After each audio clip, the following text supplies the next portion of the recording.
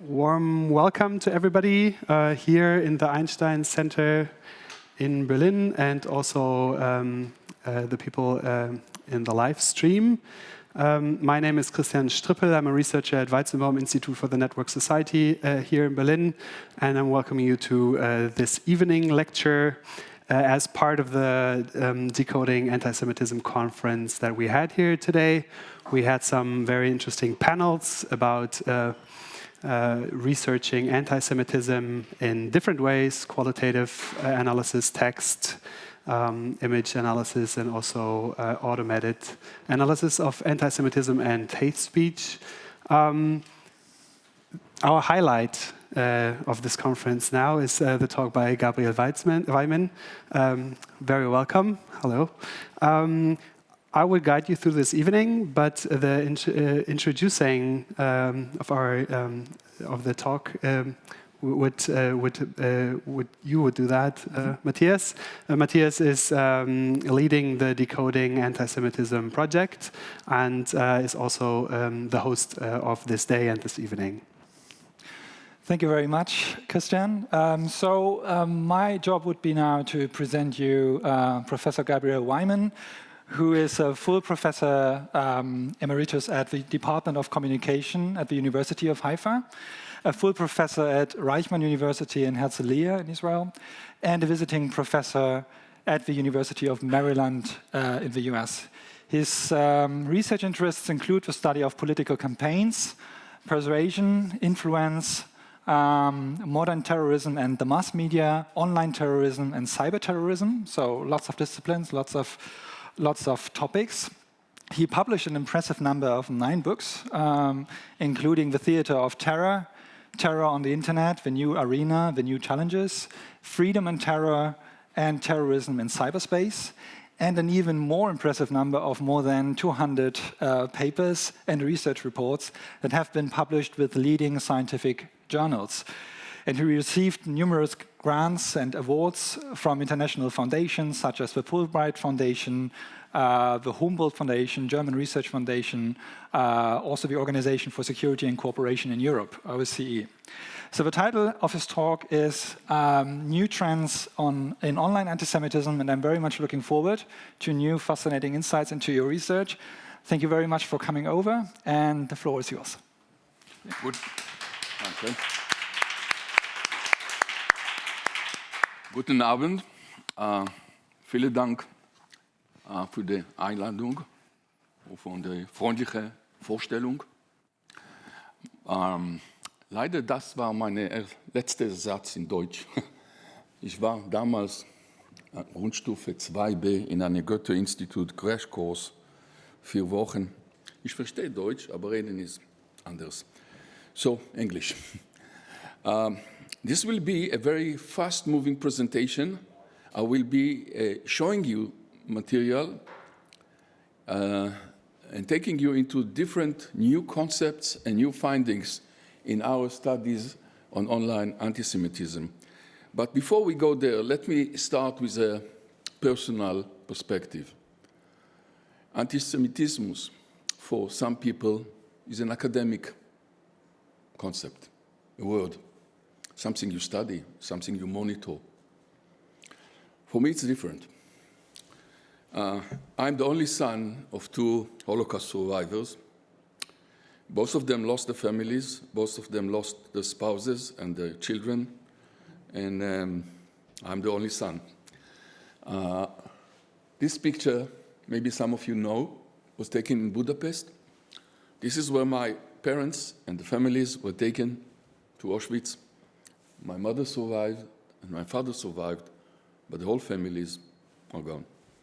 So antisemitism is not just a term and not just a subject to monitor and publish studies.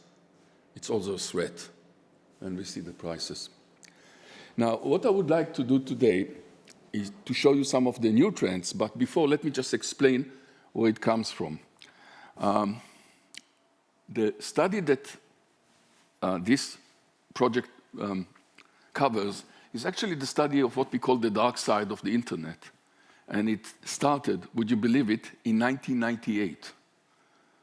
Matthias was then in Hochschule when we started the research. And we dealt then with terrorism online. Since 1998, we started monitoring terrorist websites. We had then a database of 9,800, then social media came, and so on. However, things changed recently because we limited ourselves only to the study of terrorism. But when political extremism, violent political extremism, extreme right-wing extremism entered the area, all of a sudden the distinction between terrorism and violent extremism became quite vague. And you'll find that many of those who study terrorism are now studying violent extremism. It's not because we changed our definitions, it's because they entered our research area. This research is funded by various, as you see, long list of funding institutions. All the findings are published. Matthias mentioned the books and publications and special reports. Almost all of them are accessible online. But in 2020, 2 years ago, we published our first report, The Virus of Hate, on far-right terrorism in cyberspace that included, among other phenomena, the issue of cyberspace. So today I will show you or focus on 5 new trends that we found. This is the highlights. The migration to and within social media, I guess some of you are aware of it. The use of the darknet, the migration to the clouds, and which clouds, the secret language of hate speech, and the power of the algorithm. And I will show you some of our findings. So it will be more like show and tell lecture. Zeigen und erzählen. I don't know, sounds better in English. Show and tell of our findings. So let's speak about the first one, new media. I'm sure that it's not new for you that extremism, violent extremism, terrorism, and antisemitism found their way to the social media. And the social media became very useful. Some of the icons here are known to you. And indeed, just some months ago, we published a book, a collection of studies on antisemitism on social media. So if some of you are interested in this topic, you'll find many reports included in this book. Why social media? Again, I guess to this audience, this is not new. The popularity is rising. I'm speaking about the largest audiences in the world, especially young audiences that get everything, news, entertainment, communication from social media. It's easily accessed on the telephone. Nobody really controls it, not even Mark Zuckerberg. It's interactive, very important. If you come to social media, unlike the traditional media, which was more one way, in social media you can interact with the audience. You can seduce, you can persuade, you can convince, you can discuss, which is very important, especially if you speak about recruitment, about radicalization, and so on. It's also a multimedia platform. Social media is not a medium, it's a platform for all media. You can put books there, or movies, or songs, or text, whatever. And, of course, global reach. Now, I don't have to show you all those numbers about the sizes of the audiences, but, of course, the leading social media like Facebook, YouTube, Messenger, WeChat, Chinese one, gaining more and more audiences, especially among young people. Please note TikTok climbing up. I'll speak about it later. So anti-Semitic groups started using all social media and are spread all over them. However, and this, there are over 2 million anti-Semitic posts every year on social media. So for you guys here that are doing the decoding, the important work of decoding it, this is a real challenge.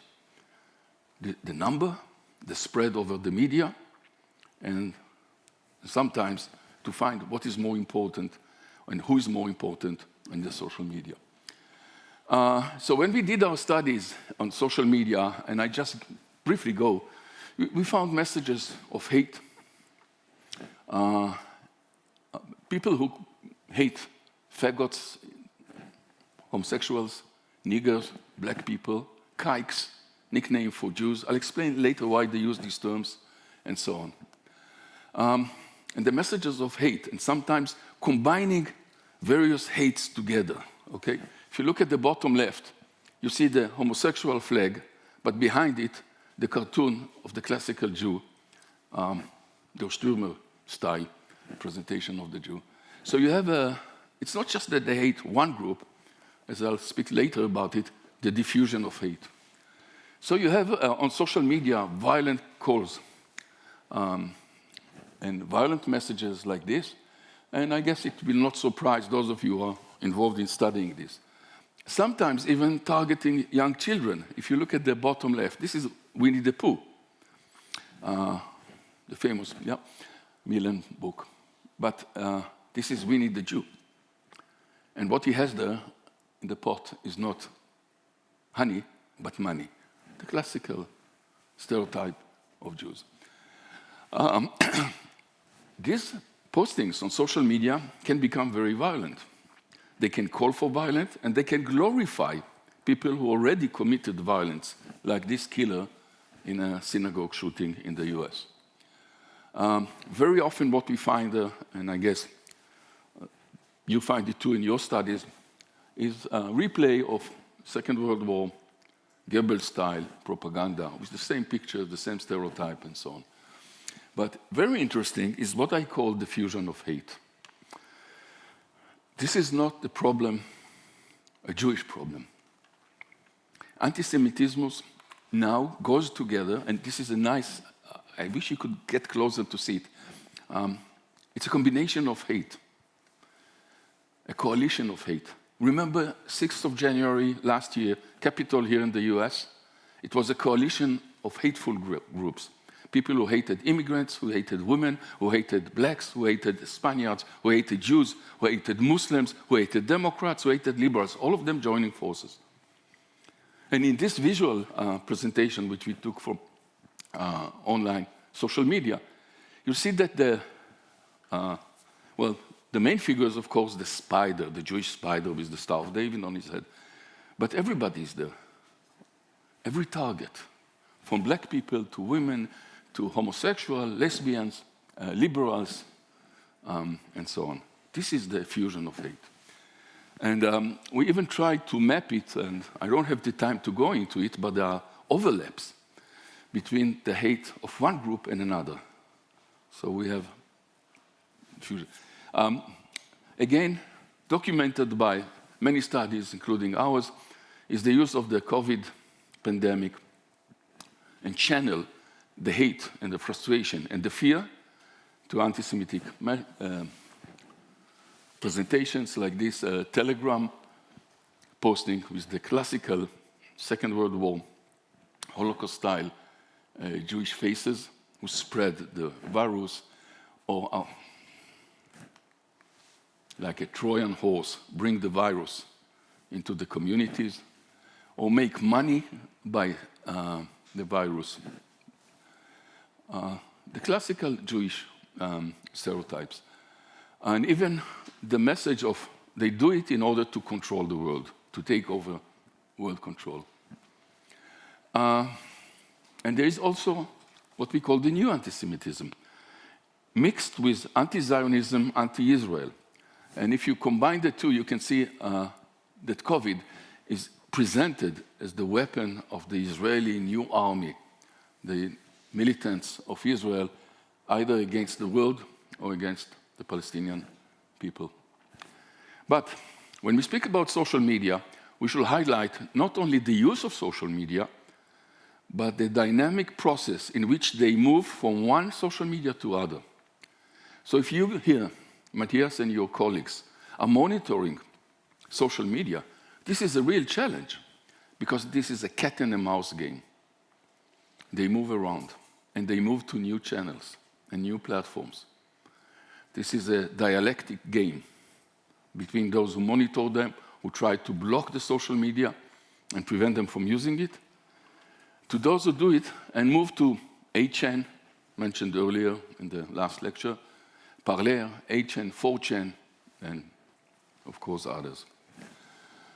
So if in the first wave we had hate messages, violent messages, terrorist messages posted on YouTube, Facebook, Instagram, Twitter, the classical social media, the new wave is already migration to what they call safer platforms, those that are not yet censored, not yet monitored, and harder to track, including TikTok.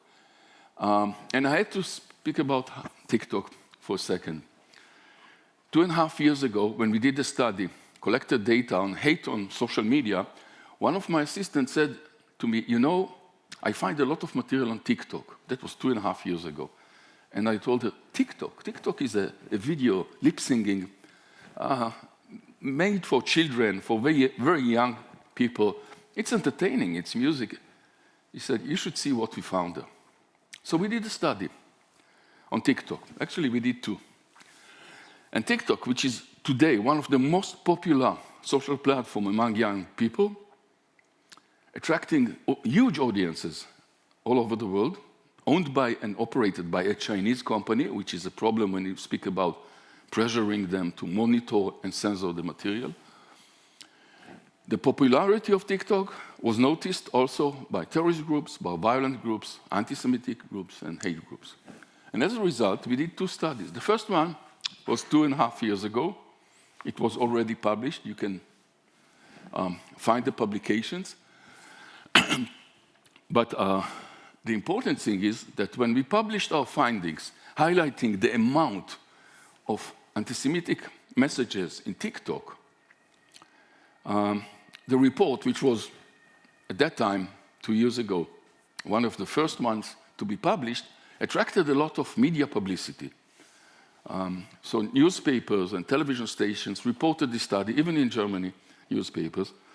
And we had like 100 of media reports. And in one of the interviews on BBC, I was interviewed by a BBC correspondent on TikTok and anti-Semitism and hate in general. And by surprise, or maybe not, I was confronted with the spokesperson for TikTok in England, whose English was perfect. He was not a Chinese. It was clear that they hired a professional spokesperson. And the guy spoke and said, and it's recorded, I have it recorded, he said, Professor WEIMANN, let me reassure you, we are working on it. We will not let violent messages, anti-Semitic messages, or terrorist messages to be on TikTok. In 1 year, it will all be gone. I said, okay. A year later, we did the same study again. And the results of the second study, I'll show you just one table to make you. Some of the, before the table, some of the videos that you find there. And by the way, the messages in TikTok are not only the videos, it's also the text of the songs, it's also the symbols used, it's also the comments, and even the names of the users that often carry messages. So we found a lot of anti-Semitic messages on TikTok, made for children, young people, innocent and gullible audiences. So I'll go very quickly, many examples that we know from other social media. Just moving to TikTok. The hanging tree, many Star of David has satanic origins. Jews did 9/11. You had everything. But remember, the audience there are young students, young people who come from the music, come from the entertainment, can easily be seduced because they don't even realize the propaganda nature of the messages. There were more than 11,000 versions of a same song calling to slaughter Jews on TikTok. But remember the study, the first study in 2020 and a year later. So he promised me on BBC, recorded, that in 1 year it will all be gone. No, it wasn't gone. Not only it's there, look at the increase in percentage-wise. 2020, 21. Anti-Semitic postings went up 41%. Number of anti-Semitic comments, people comment on the videos they see, went up 912%. So it's not just that the contents are there, they went up. Usernames with anti-Semitic messages in them, kill the Jews, for example, a nickname, went up 1,375%. So it wasn't removed in a year, it just grew up. Now, let me just highlight the TikTok's own terms of use actually do not let people intimidate, harass others, post any material which is defamatory of any person, obscene, offensive, pornographic, hateful. So it's certainly not following their own rules of the game. Let me move quickly, because we have short time, and I want to leave some time for questions and answers, to the migration to the darknet, another new trend. And all of these trends are challenging people like us who do the monitoring, the studies, and even attempt to fight back. The darknet, just to make it easier for some of you who are not aware of it, I guess almost everybody is today, we did publish a study about it, the Going Darker, the challenge of darknet terrorism, so you can find it online. First, let me make the distinction between deep web and surface or open net. Whatever we have on the net and is accessible by us, believe it or not, is only 4%, and better so. The deep net, which we don't have access to, is almost 96%, which is good. You don't want people to access your bank records, your medical records, your government websites, and so on. So much of the material is really concealed. However, and that's no problem, within the deep web, there's also the dark web, used by criminals, drug sellers, people who sell women, who sell children, and so on. But today, it is also used by hate groups, terrorist, anti-Semite groups, and so on. Why? Safer. How to find it, how to prevent it, to block it, and so on. Safer communication amongst them, no censorship. They can coordinate actions. They did it in several actions before. To raise money, you don't have to go to the bank. You can use Bitcoin in darknet, raise money, transfer funds, and so on. Do it all in the darknet. We do have evidence. I won't go into details now, just show you some brief examples of the use of the darknet by anti-Semite groups, either because they were removed.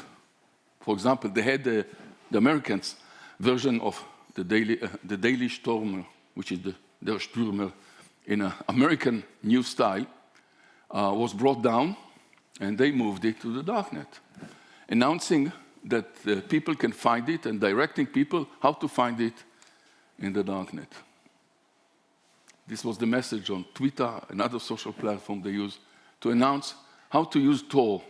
Tor is a program that allows you to access the darknet. And indeed, there are studies, like of one of my colleagues, Lev Topo, who documented and downloaded many examples of dark hatred, anti-Semitism on the darknet. And believe it or not, the darknet is not a tiny minority of the population using it. The population using it is rising, especially, again, among young people or people who are activists in those violent, hateful groups. Trend 3, I have 5 in general, in total. The clouds of hate. Again, the term cloud is known to all of us. We store our information on the cloud when we want to store movies, pictures, albums, books, material. We move with the clouds. It's like a virtual library. How about violent groups? How about anti-Semite groups? How about terrorists? Well, they use it too. And we found that many of them moved their libraries to the clouds. Libraries like how to prepare a bomb, books, publication, manifestos, everything. All the documents are moved to online libraries. And one of the recent studies we did, when I say recent, we just finished it some months ago in the summer, and it's already accepted for publication and will be published soon, is the Internet Archive. I bet some of you know it. Internet Archive is a great service, really. It's the largest open library online. And they store everything, from old movies to books, newspapers, scientific publications, everything is stored there. It's like a library, and you are free to use it, but you are also free to upload material and download material. And nobody will harm the material, nobody will take it out, nobody will remove it. So imagine when hate groups and terrorists found out about this service, to have a private, safe cloud that they can upload material, download material, a huge library of hate and violence, and nobody will touch it. And it's safe and free and global. So we did a study on Internet Archive. Again, we looked at terrorists, and we looked at extreme right violent groups. Look at the numbers. Al-Qaeda, movies stored 13,000. ISIS, 10,000. Just movies moved to the audio files, text files, images, Hamas, Hezbollah. That's terrorism.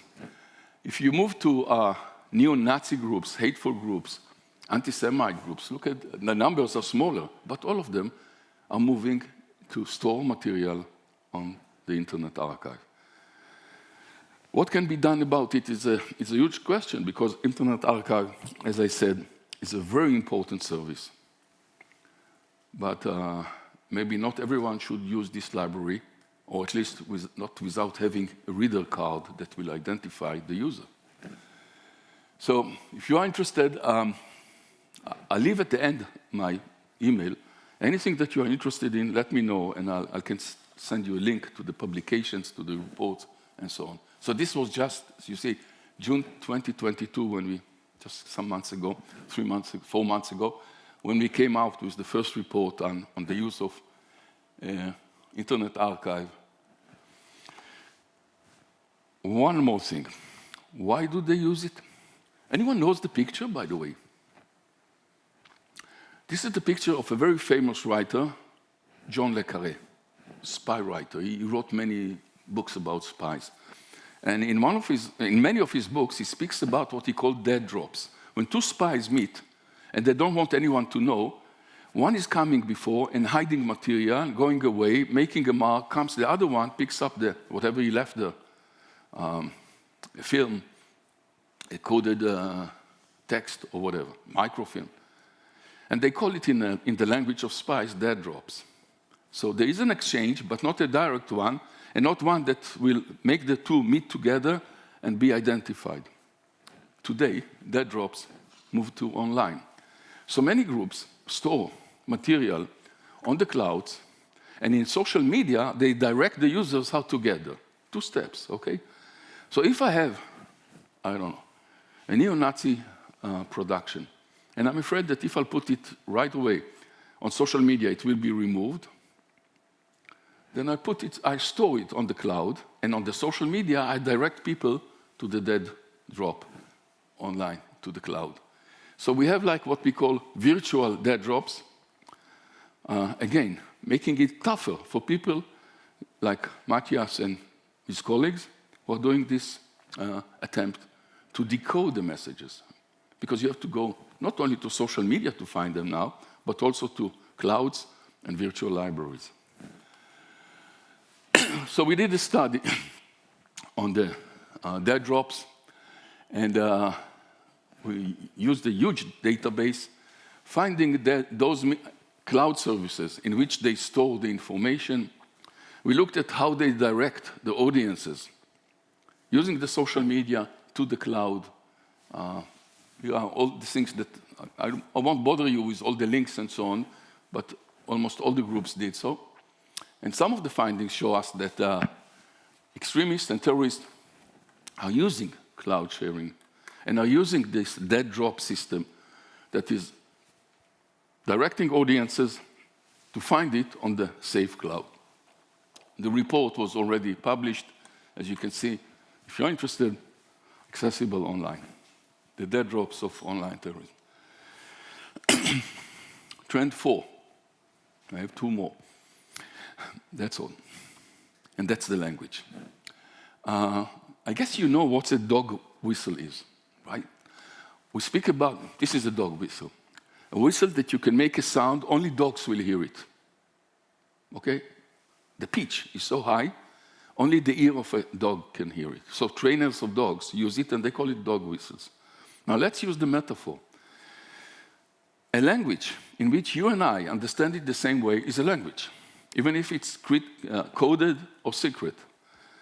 And here we come again to the idea of the cat and dog game, to the dialectic game.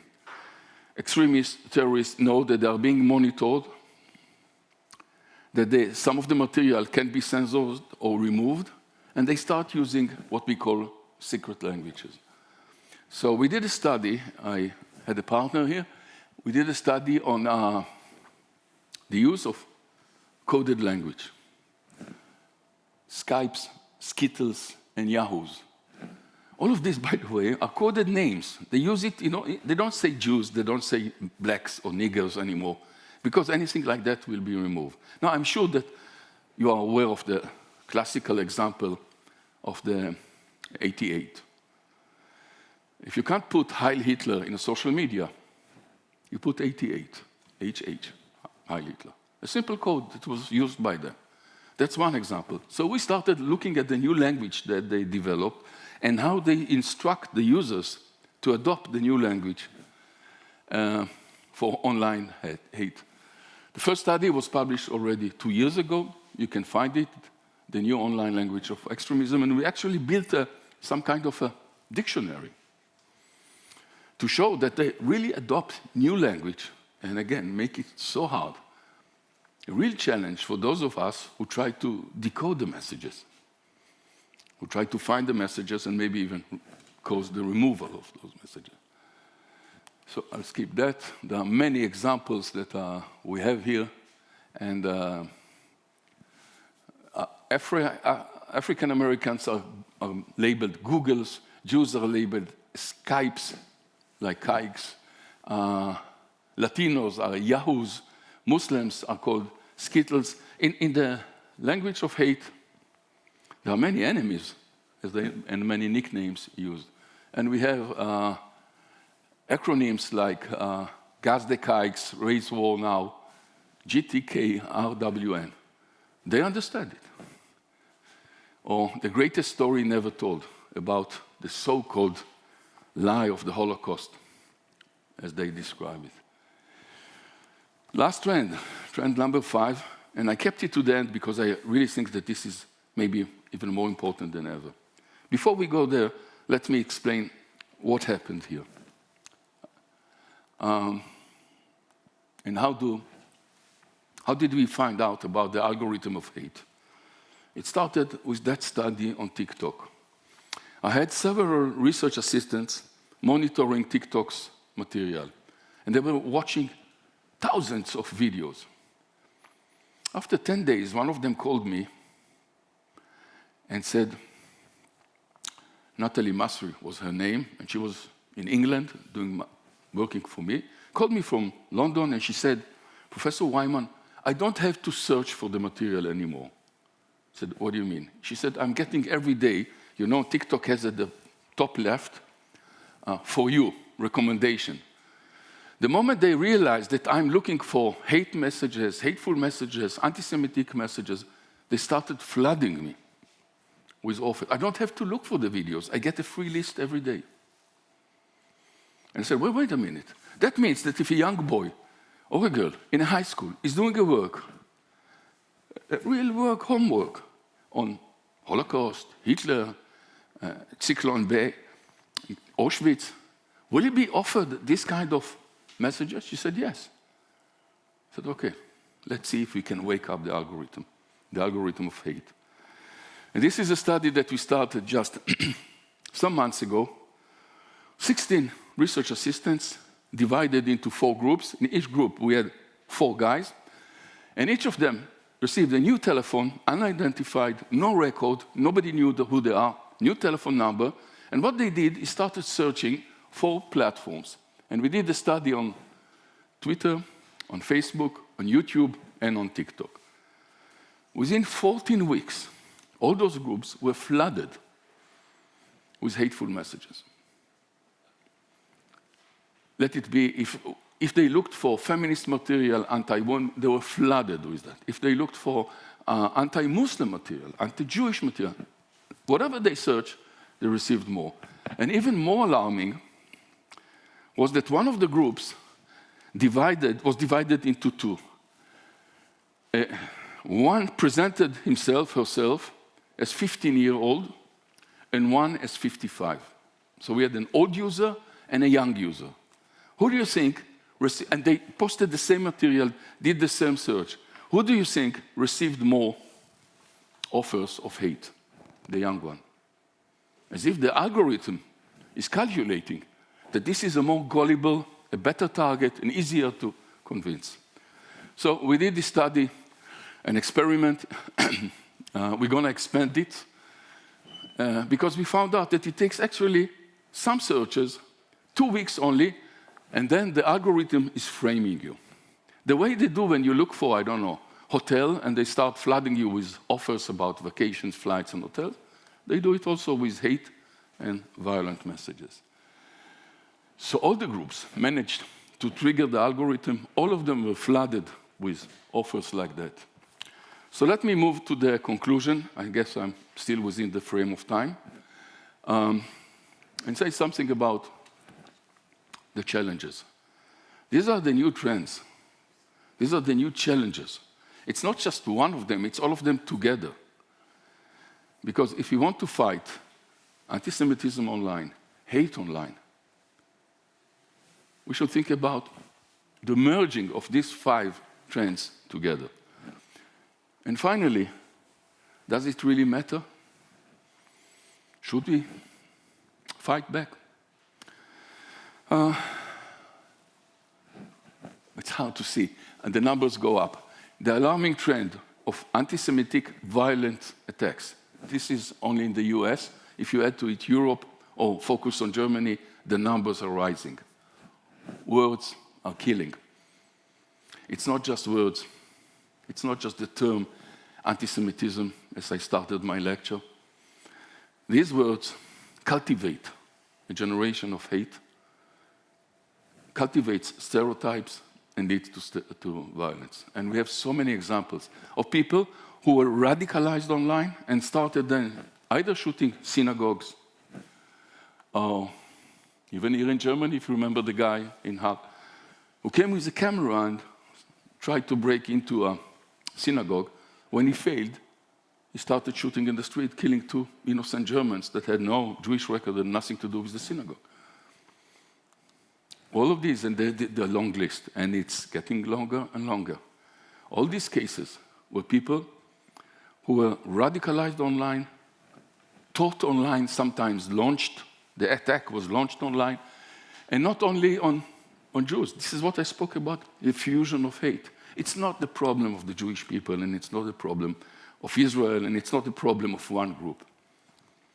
If you start hating the others, there are many others you hate. And it can be Jews, and it can be Muslims, and it can be whoever you hate. Immigrants, foreigners, asylums, and so on. The New Zealand case, the guy who publicized himself online while doing it, killing 51 innocent people in a mosque. And everything was planned and advertised online, including live streaming the attacks themselves. Words kill. And I hate to say it and go back to the presentation I started with, the first slide. my family, was killed by anti-Semitism. And it wasn't only words. Thank you.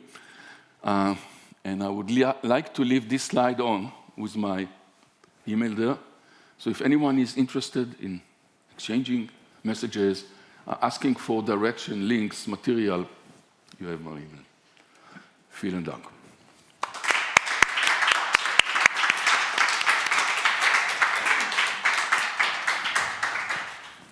Thank you very much for this talk. It was very impressive.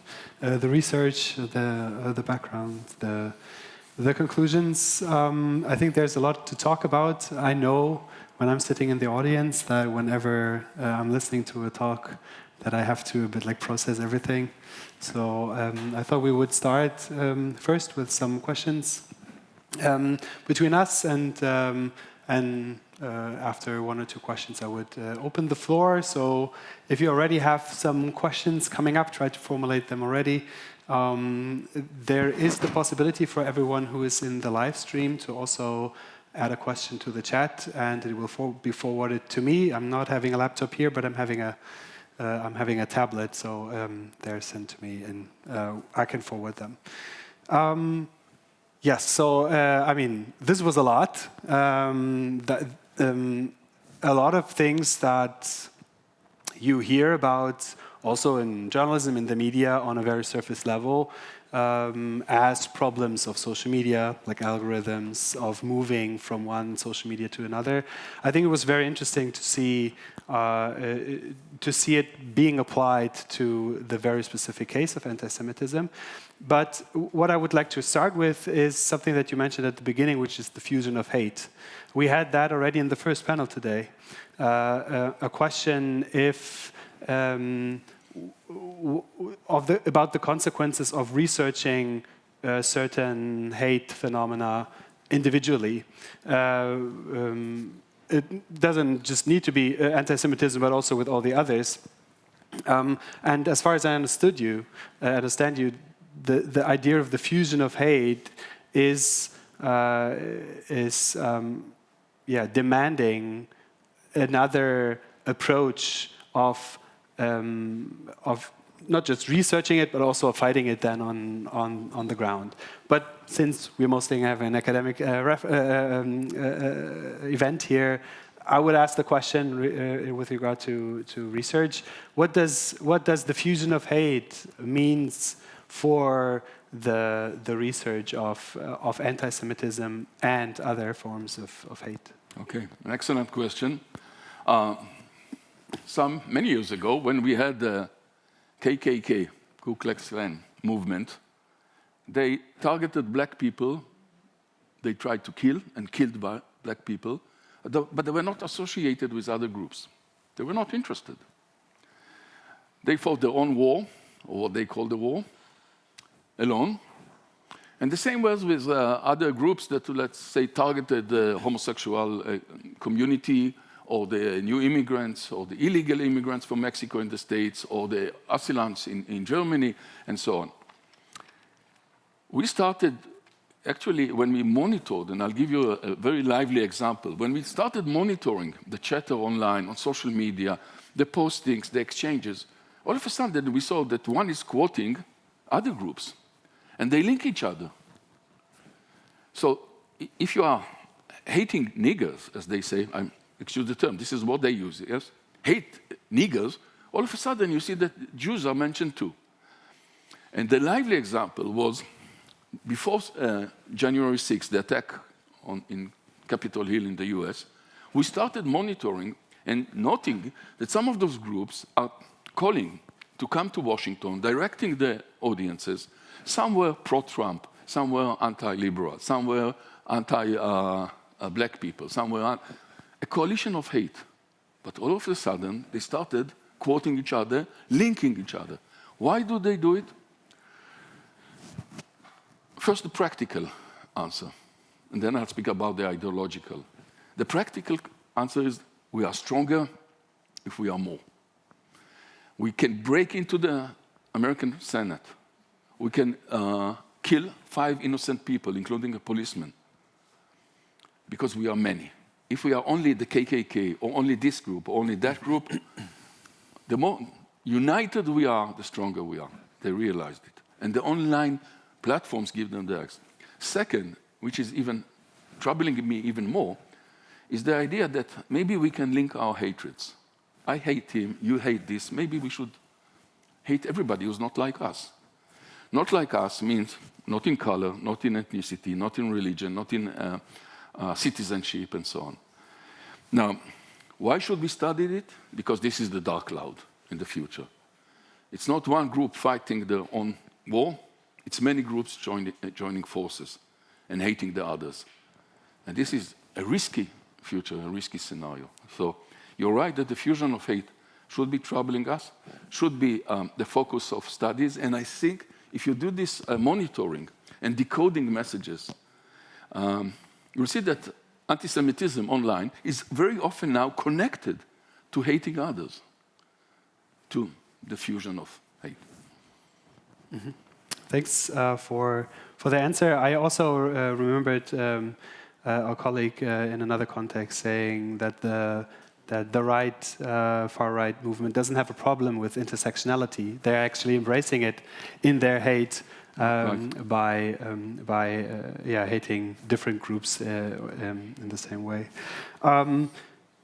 You were referring to, you said sorry for using the words, and we have a question here, and I was also reminded of a panel also that we had today was reproducing words that come from or that are actually already adapted from right-wing groups. We had the term mainstream. It's quite like not so strong, but the question was if we should use it. If we should also talk about mainstream media, mainstream social media was the case. And we had the discussion that there was one contribution that I liked was saying that you have on the one hand terms that are coming from a positive place, right? And then there are like democracy, freedom, feminism, and so on. And that they are a bit like reshaped and get a negative connotation. And we had the discussion by thinking like, are we able to a bit like use these words in a way where it's clear that we are not referring to the same ideology behind it, which with mainstream was already a bit difficult because we're thinking you are like implicitly referring to something in the background, right? The dog whistle. So my question is like, because you came up with a lot of words, and the question is, if we are using these words in talking about them, writing them down, having them in our articles, if you see any danger of reproducing them in academic contexts. I don't think that the challenge is not, the real challenge is not there, let me say it. I don't think that with all respect to my 9 books and 200 publications, 207, Matthias, you have to be correct about 207 papers, I don't think that my articles or my books are influencing. In one of the lectures, one guy stood up and said, Professor WEIMANN, you're educating the future terrorists. They can read your books and learn what to do. I said, no, you got it wrong. I learn from them. They already know what to do. I just document it. So I don't think that our publications, scientific, academic, are really cultivating or spreading those messages. However, and you are right about it, the terms they use get new, the language they get, the new language, old words get new meanings. In 2 weeks, we will have elections in Israel. We have a problem of extreme right in Israel too. And some of them are using words like liberals, Democrats, Smolanim, leftist, as traitors. It's the same. If you're a leftist, you're a traitor. You're not a Zionist, you're not pro-Israeli, you're a traitor. And the moment they do it into the new language, first of all, you feel threatened using the word leftist, or liberal, or for democracy, because they see it they tag it as something negative. So what I say about the challenge is that we have to be very sensitive to the new meanings, to the new languages, to the coded languages, and to the, as you said very rightly, the way they reformatted the meaning of all terms. and made them sometimes tools of propaganda. And tools of hurt someone. I mean, now that you talked about it, I was reminded that when we use words like the N-word, and we say it like that, that this could also be type of codification or dog whistle in a way. I mean, it's not a dog whistle in this sense, of course, because I guess everybody understands, but that we have a coded language or trying to invent a coded language. Politically correct. In a way, is true. Okay. Is there any question from the audience? Just yes, I would open up the audience right now. Also, again, the reminder for the live stream that there are also the possibility. Can you please, before you pose your question, just introduce yourself, name, where are you from? All right. And no mask, if you can take, I will hear better. Just for all right. My name is Daniel. I was also sitting on a panel recently with 2 other persons, and my studies are focusing on fringe tribe communities. So we have, let's say, a few interconnections between our scope of research. I'm interested in the study that you have conducted on TikTok in 2020. And I found it very interesting because you said the person called on the BBC hotline and tried to convince you that, all the content will be gone soon, which is, as you showed us, not the case. So my question is, I know the methodological aspects of your TikTok study, and as maybe correct me if I'm wrong, but you used the snowball technique to collect all these hate videos, and then you showed us an increase of those messages. I have the assumption that those videos and the amount of content already existed in 2020. That is not I would say you stopped too early to get the same numbers. That's my assumption. And the content was already there. So maybe I'm wrong, but this is just my impression of social media, contemporary social media right now, that it already started earlier and it's completely out of control. Yeah. First, you may be right. Maybe there was a lot before that. What I know is that we were the first ones to study hate on TikTok, the first study to be published. So maybe you're right. We froze a moment on TikTok, actually several months, and we looked at not only the videos, by the way, we looked at the text, the symbols, the colors, the messages, the nicknames, the comments, who did sharing, who did forwarding. We monitored it all. And it wasn't easy. It wasn't easy. Though, as I said, the algorithm made it easier because they started offering us those kind of material in a way, becoming our research assistants. But you're right. It's very troubling. I'm sure that the numbers are higher now than they were a year ago, certainly than they were. And the problem is even more troubling, not just the audiences that are very young, very gullible, very easy to persuade. Some of them don't even know what the swastika is. Some of them don't know. They see Hitler, they don't recognize the face.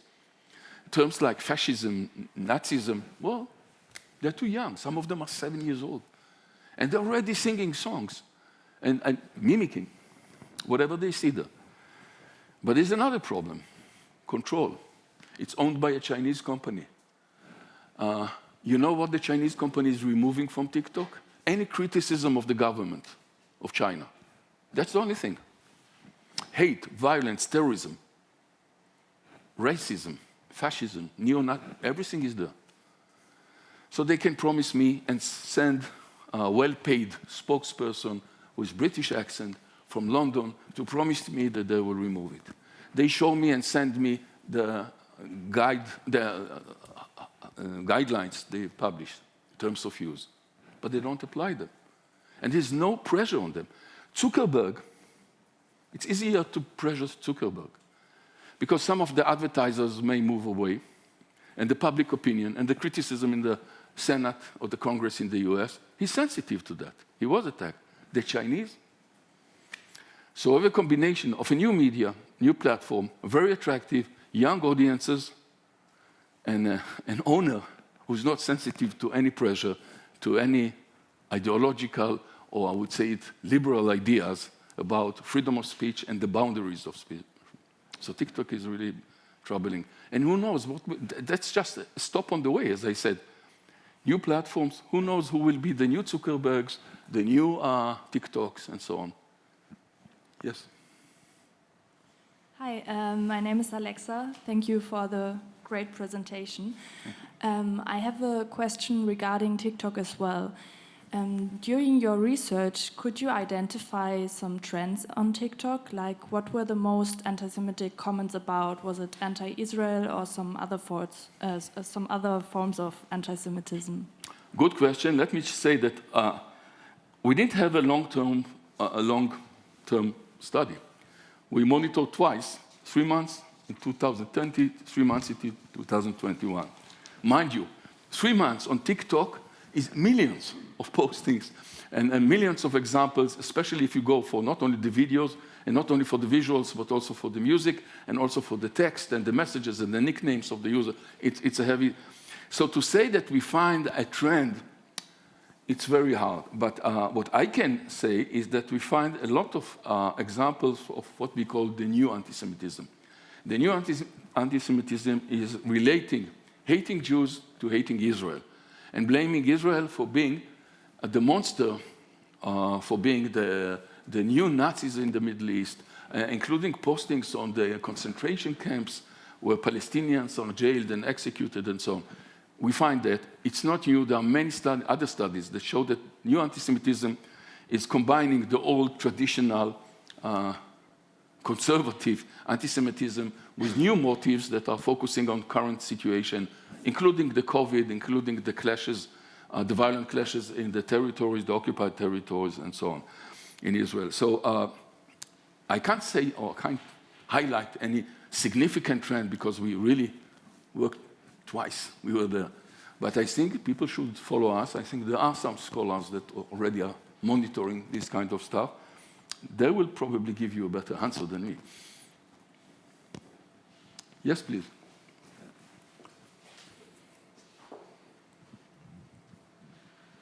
Hello, I'm Betty van Aken, and I have been working on automatic hate speech detection here in Berlin.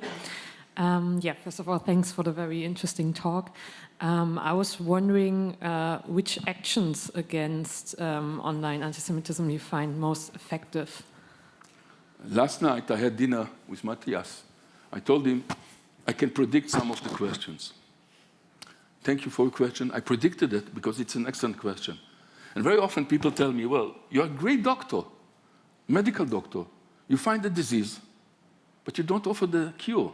What kind of doctor are you? You can highlight the problem, but where's the solution? Okay. I may not be a good medical doctor, but I did try to find solutions to these problems. And actually, in all my recent books, the last chapters are, what can we do? Can we fight back? I don't think we can win. Let me give you the bottom line.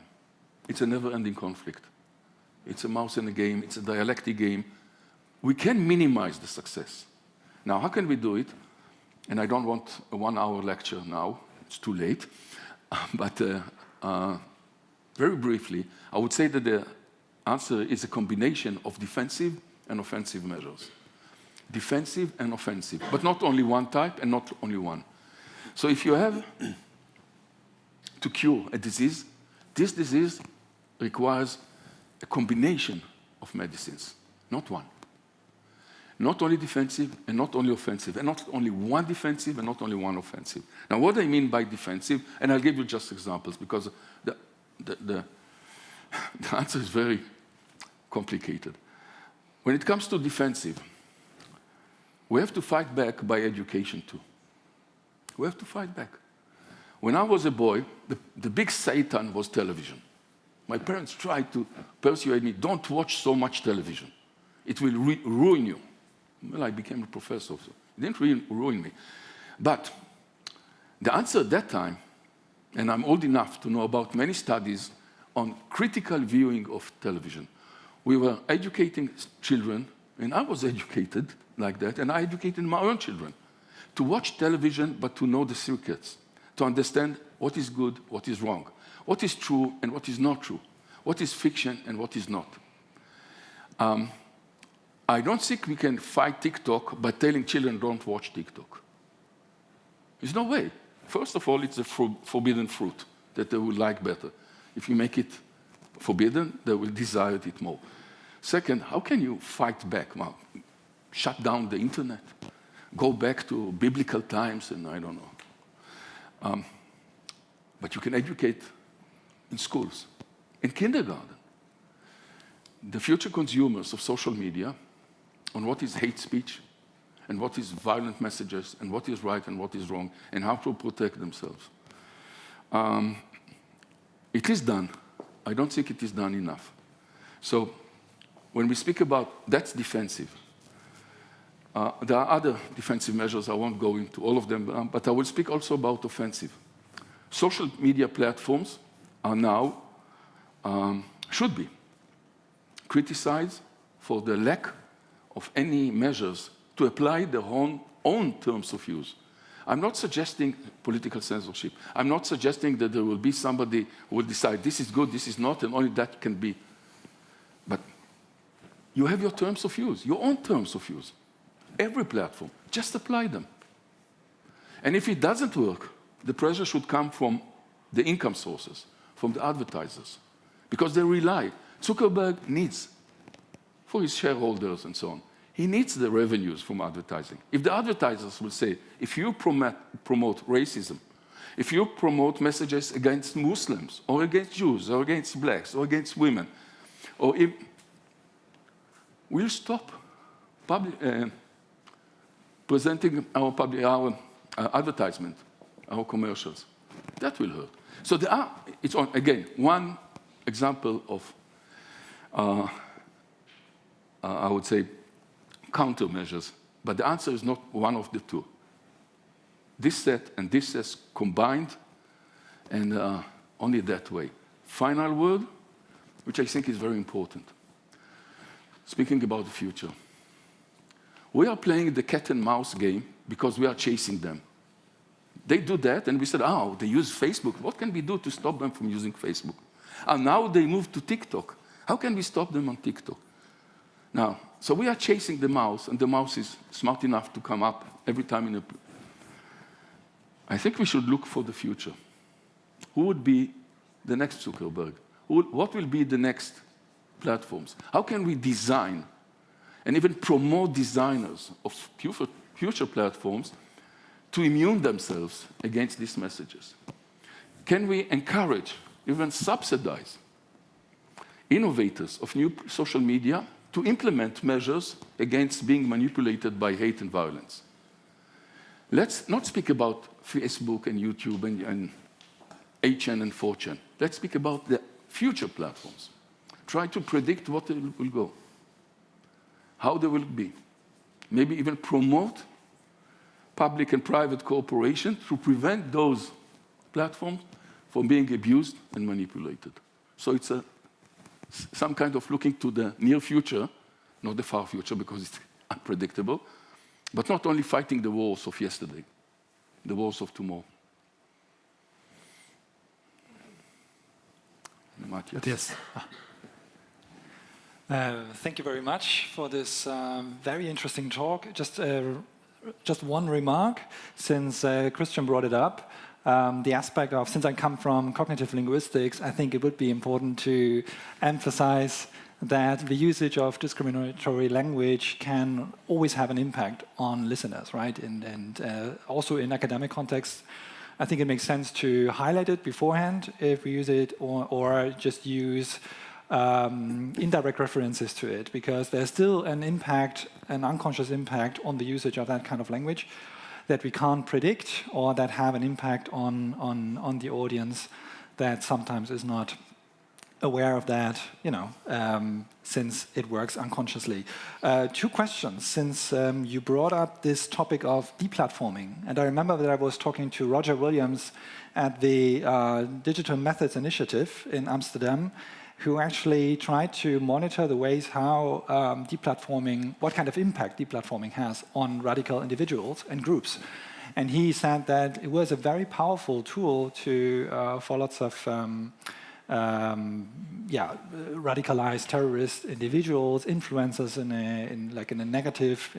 with a negative worldview, and he said that this has a severe impact on them, and it should be something that we should think about. Also, given that we have, what we could see right now in the US with Kanye West, and deplatforming him and him losing lots of followers, so that the image or the metaphor, the visual metaphor of individuals and groups moving around in the digital space and having just the issue of choosing the next platform is also limited, right? Because there are, let's use the term again, mainstream social media platforms, and if they are deplatformed, they have, this is a big issue for their...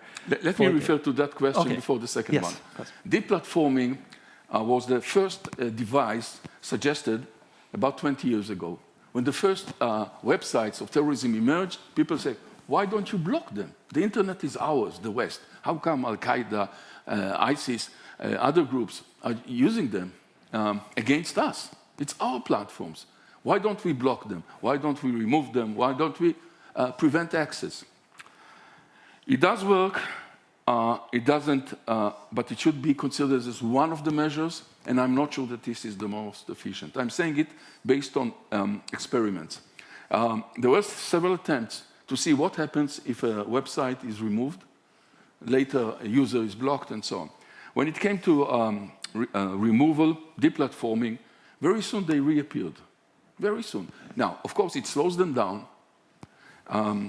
They need time to re-establish themselves online, and they need time to re-establish the connection with the audiences, to let them know this is where we are now, on this platform or this social media, or we have a new name or a new link, and so on. So, yes, deplatforming is effective. It doesn't prevent them from re-emerging.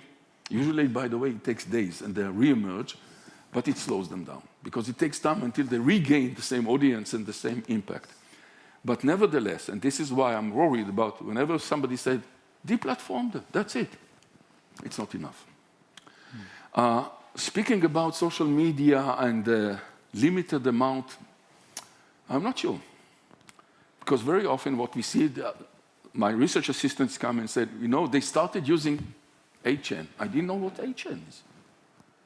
I'm speaking in the past, but very often we get, and they are very quick and very interesting is terrorists and extremists never invented anything online. They never invented any platform. They never advanced the internet in 1 inch. They only learned how to use the medium, the platforms, for their sake. And they are very good at learning. So if there is a new platform, or if one platform is not satisfactory because it is limited, because it is monitored and so on, they will find an alternative. And today, I think the offer is quite large. So deplatforming is an answer, but only a partial answer. Okay. Second question. Thank you. Actually, I have 5 more questions, but I will only ask one. Let me remind you, you have a flight tomorrow at 7:00 a.m. I remember last summer at a conference you mentioned that the secret language is changing so fast that it's impossible to track it down. And that there's always a new creative step that these people who are kind of perpetrators or people who use coded hateful language, that they are always having this advantage that they can develop coded language in a new way, and we have problems facing that. Would you still say that this is the case, given that there are so many new, we were talking today about also machine learning approaches, also quantitative approaches, and would you say that given that the research community took that problem more and more seriously in the last years, that the common ground and the knowledge gathered over the last years is a really good step to keep track on these changes? Or how would you evaluate that? No, I think you described it perfectly well. First of all, the scientific community became aware of the coded languages and the new languages and the new meanings and the use of old terms with new meanings and are applying AI and other techniques in order to monitor the new language. I think you misquoted me about the fact that it's changing so fast that we can't monitor it all. I don't agree. I did monitor it. And I'll explain why. But we have to establish or to build those encyclopedia or those, I would say, vocabularies, dictionaries of the new language and feed our systems with the new language. Now, why doesn't it change so fast? As you know, Matthias, I'm a communication scholar. I'm not a terrorism scholar. I'm not a political scientist. I'm not a linguistic, and I'm not a computer scholar. I come from communication. In order to have a language, you need codes that are shared by the audience and the communicator. If they are not shared, it doesn't work. So you have to educate your audiences for the new language. It takes time. So when we looked, for example, on the codes that we found, and then we built the encyclopedia of the new terms, we didn't say, well, this is going to change in 2 weeks and all our work is gone. No. It takes them years sometimes to reestablish the new language. And we see how they teach the audiences the new language. Sometimes by simple equations, like saying, this was the old term, this is the new one. Teaching them, or putting a picture and the new term, and you create the connotation. In order to create a language, again, you need to have shared understanding, and you need to educate. And in order to do that, there's a lot of effort done by them. So I don't think it prevents us, not at all, from studying it, from monitoring it. But we have to be equipped with the new dictionaries and feed our researchers and our automated searchers with the new dictionaries. Thank you. Are there any more questions in the room or online?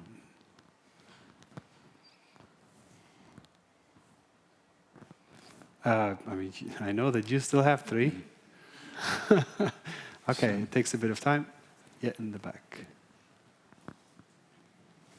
Roschmann vom Zentrum für Antisemitismusforschung. Darf ich meine Frage auch auf Deutsch stellen? Ja, ich verstehe Deutsch, aber... Gut, sonst kann vielleicht ja auch jemand langsam. übersetzen. Ja, es ist auch keine richtige Frage und es ist vielleicht so ein bisschen ketzerisch. Ich komme von dem TikTok auch nicht richtig los, weil ich unter anderem einen 13-jährigen Sohn habe, der sehr viel mit TikTok, also das ist seine Quelle sozusagen.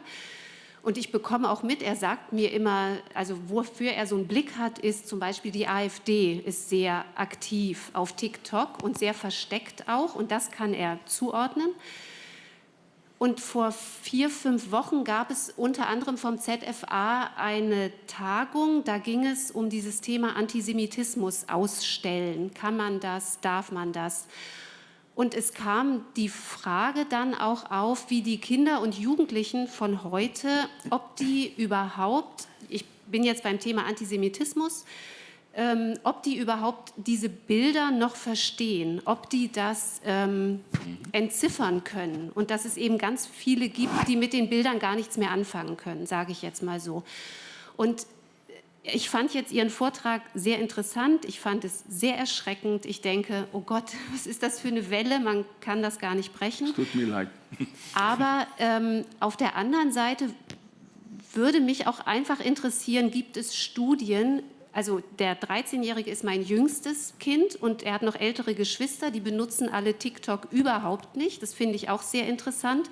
Also es hat ein sehr junges Publikum und mich würde irgendwie interessieren, ob es schon Studien gibt oder ob Sie meinen, es wäre genauso sinnvoll, Studien zu machen, wie kommen diese Bilder, also wie nehmen diese Kinder die Bilder auf?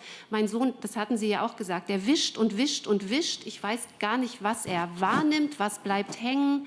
Und dann ist die Frage, wenn das dann ja auch so kumuliert und man wird dann kommt diese Flut über diesen Algorithmus, bekommen die Kinder dann eben automatisch nur dieses und können sie es dann irgendwann entziffern, weil sie nur noch diese Bilder bekommen? Also stellen sie dann irgendwie einen Zusammenhang her oder Also ich fände es schön oder wichtig, wenn es Studien gäbe, wie nehmen diese Userinnen und User diese Bilder überhaupt wahr? Was kommt an? Bildet sich dadurch erst Hass oder nehmen sie es gar nicht wahr? Ich könnte da jetzt stundenlang drüber reden. Before you answer, although I believe you understood the question, I would just translate it quickly because No, I don't understand. because there are like people in the audience that are not understanding German. So as far as understood, the question was if there are any studies that you know, or what you would say about the question how young people, especially kids, are actually perceiving what they see on TikTok, especially when it comes to anti-Semitic coded content, how they understand it, if they like when they are able to understand it and what they understand, and if it also has a certain effect on radicalization of building up hatred and so on. I hope this was a right way. Okay. Vielen Dank für eine ganz wichtige Frage. Die Antwort wird in Englisch sein, besser so. The answer is not easy, but there is an answer. And I'll tell you why. Because we don't have to invent the wheel. It was already studied. Some years ago, it was television that was the big Satan. And there were many studies on how to educate children to become critical consumers, not to prevent consumption, because it doesn't work, but to become critical consumers. Then came the internet. And there were some studies already, not on TikTok, I'm speaking about 15 years ago, 10 years ago, about preventing young people from joining terrorist groups. And the idea was counter-narrative presentations. Don't leave the stage open only to the forces of evil. Try to prevent the impact by fighting back.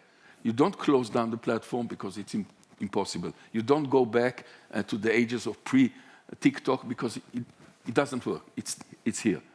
But you try to educate them by supplying additional material. Don't leave the stage only to the forces of evil and so on. So I was involved in at least 3 countries, Australia, Israel, and the US, where studies were done on experimental basis on immuning Muslim communities against jihadi messages. And the idea was, we don't tell you don't watch, because you will. And especially if we tell you not to watch, you will watch more. But we can show you an alternative message. Okay, the jihadi messages are like death, destruction, self-sacrifice, suicide, and the virgins in heaven. Okay, that's the one narrative. Why don't you look at another narrative? The narrative of hope, of coexistence, of living better, of understanding, of peace.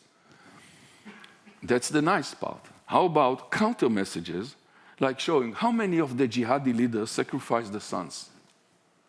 How many people send their sons to sacrifice themselves from the terrorist groups? There was a very interesting campaign in the US when they took ex-ISIS people who were once operative, and told us the story. What really happened there? What is the image of life in an ISIS-controlled state? This does the work. Okay. Don't tell them, don't watch neo-Nazi material. Show them what it means to live in a Nazi or a fascist or totalitarian society. So it's a brief answer, but the idea is that you have to fight back. And fighting back is not deplatforming only. It's immuning your children, my grandchildren in my age, against those messages. So, and it applies to many aspects of life, including sexual and pornographic material. You can't prevent them from watching it. But you can immune them, or at least try to immune them against the impact of those negative messages. I hope. Okay. There was another question here in the front. Yeah, you said that we have to develop new types of dictionaries to track the transformation of coded language. I would totally agree. But from my point of view, it's very difficult to get access to the data, since I would argue that the platforms itself are hostile against scientific research. For example, the Meta platform of Facebook and Instagram especially, they don't want you to scrape data from their platform. But on the other hand, they sell it. Right. And that is a problem that, I mean, what is your suggestion to, first of all, get the data, make it more accessible, to create those dictionaries? And on the other hand, what do you tell those platforms when they, sell those the material that gives you access to the stuff that exists, but to make money from that? That is from an ethical point of view. Right. That's horrible. When you had your panel before, I was standing there and I heard the panel speaking about making money out of hate. Sounds cynical, but it's true. I mean, Zuckerberg is not trying to sell us death, killing, suicide, hate. He tries to make money. Now, if hate works, if victims work, if blood, well, that's what the audience wants. So you're right. To get the corporation of social media is tough. But this is not the bad news, not the worst news. I hate to conclude with bad news. I mean, I wish I could tell you, one day it will be all fine. And I will never come back to do research on hate online because it will be over. No, it's not going to be over. And the struggle is going to be even tougher. And I'll give you one word, and this is a nightmare for me. I see it as a nightmare because I look at my grandchildren. I see this is the world they will grow in, and they're very young. Metaverse. The future is the fusion of platforms. Forget the terms that you are using now. I'm not a prophet. I mean, in my country, there were many prophets. I'm not one. Biblical times. But if you look at the emerging trends, okay? Metaverse means that you create a fusion of all the platforms into one. There will be no television or radio or social media. They will be all in one, because they will be all on one channel. You can consume that. We already started to do it. Now, the Zuckerbergers of the world, not only Mark Zuckerberg, all the tycoons are working on it now. He renamed his company Meta. Why is Metaverse even more dangerous? Think about the potential, not only for us, the good side. For some reason, I'm looking only on the dark side of the net. Metaverse will give additional options for those people who try to spread hate and violence. And again, when I spoke about the future, I said, maybe we should not wait until it happens, but say, if you want to design Metaverse, if you want to establish the new world of media, you should, and you must, take into account how to minimize the damages. Okay? Don't sell us cigarettes, because tobacco kills. I don't have to wait for it now, for the new cigarettes, online cigarettes, yeah, in order to know that it kills. We know that it kills. We saw evidence like Metaverse is the new media. Are we prepared to it? Did we consider how to fight back on that, which will be harder, a lot harder? And imagine the potential. I'm also looking at the positive sides. I mean, educating people in a metaverse environment will be great. People can move around, can be in several places. Distances will lose their meanings. We already see it in computer games and so on. But what about the forces of evil? They also get some advantages. Did we consider that? Did we think about, if we are moving to metaverse, how to design it in a better way that will not repeat and even promote the use of violence and hate? So I don't have a good news. And you're right about social media are not eager to participate. Certainly not with researchers. Whenever I asked for data and so on, they were afraid because they said, well, it's going to harm us. The studies are going to be published and they're going to create bad PR for us. We don't give it to you. And we are a private company. We are not supposed to do that. In Israel, if I may take the case to Israel, we really had cases of young kids, 13, 14, who used Telegram And so the message is, take a knife and go and stab somebody. And they went and stabbed somebody and lost their lives, 13, 14 years old. And Telegram, the Russian owners, we are not censoring, we are not politically motivated. It's a liberal medium. Words kill. Okay, we don't need to have that as a bad end, but as a challenging end, hopefully.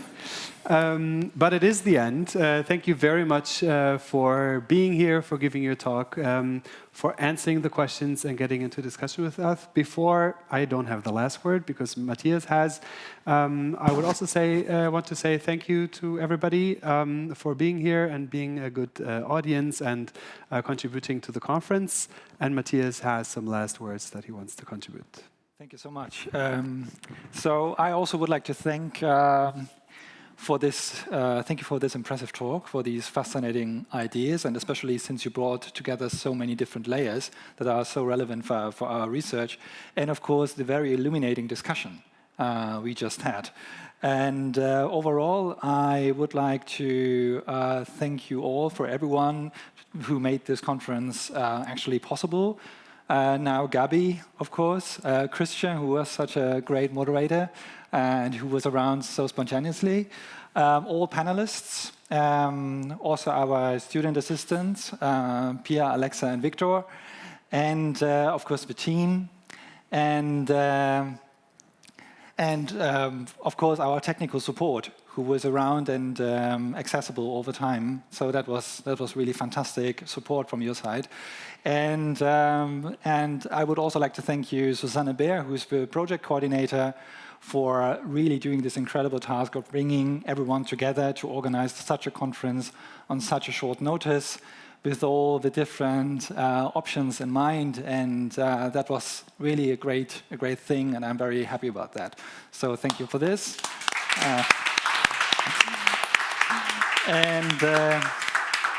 And also for the audience behind their screens, I just wanted to highlight, as you know, we have a website with that you can find when you Google Decoding Antisemitism.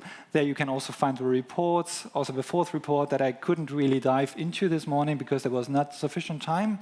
But if you want to have a close read, feel free to do so. We are also very happy for getting your feedback. And I would like to invite you to also subscribe to our newsletter so that you can stay up to date. Also, in the future months, we have lots of projects in mind. There will also be a conference next year in English in Berlin. Details will follow, but the whole idea is actually to bring together all methodological reflections and to have maybe even a publication afterwards that summarizes important best practices for web-related hate studies. Okay, so thank you very much again for being around, for participating in this conference, and have a lovely evening. Many thanks.